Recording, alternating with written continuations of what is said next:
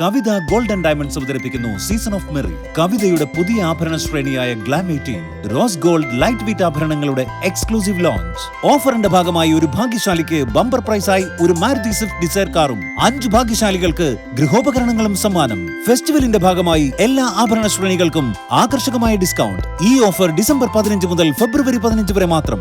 Kavitha gold and diamonds. Ottapalam taluk ആശുപത്രിയിലെ നേത്ര ശസ്ത്രക്രിയാ വിഭാഗത്തിൽ 2 വർഷത്തോളമായി തുടരുന്ന പ്രതിസന്ധിക്ക് പരിഹാരം.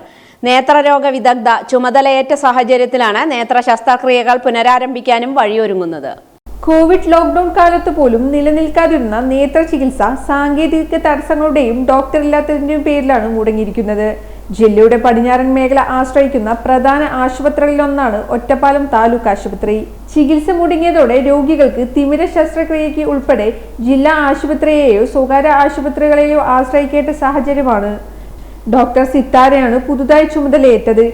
ഇവരുടെ നേതൃത്വത്തിൽ നേത്രരോഗ വിഭാഗം OP പുനരാരംഭിച്ചു കഴിഞ്ഞു.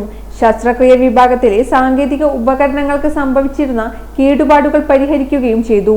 ഇനി 2 ഘട്ടമായി ശസ്ത്രക്രിയ വിഭാഗം അണുവിമുക്തമാക്കണം. തൃശൂർ മെഡിക്കൽ കോളേജിലെ പ്രത്യേക സംഘം ഇത് പരിശോധിച്ച് അംഗീകാരം നൽകിയാൽ ശസ്ത്രക്രിയ പുനരാരംഭിക്കും. പുതിയ ഡോക്ടറുടെ നേതൃത്വത്തിൽ ഇതിനുള്ള നടപടികൾ തുടങ്ങിയതായി താലൂക്ക് ആശുപത്രി അധികൃതർ അറിയിച്ചു. 2019 ജൂലൈയിലാണ് താലൂക്ക് ആശുപത്രിയിൽ നേത്ര ശസ്ത്രക്രിയ വിഭാഗം പ്രവർത്തനം തുടങ്ങിയിരുന്നത്. തിമിരത്തിനുൾപ്പെടെ 600-ലേറെ ശസ്ത്രക്രിയകൾ ഇതിനകം ഇവിടെ പൂർത്തിയായിട്ടുണ്ട്. OPയിൽ മാത്രം 50-ലേറെ രോഗികൾ ദിവസവും നേത്രരോഗ വിഭാഗത്തിൽ ചികിത്സയ്ക്കെത്താറുണ്ട്.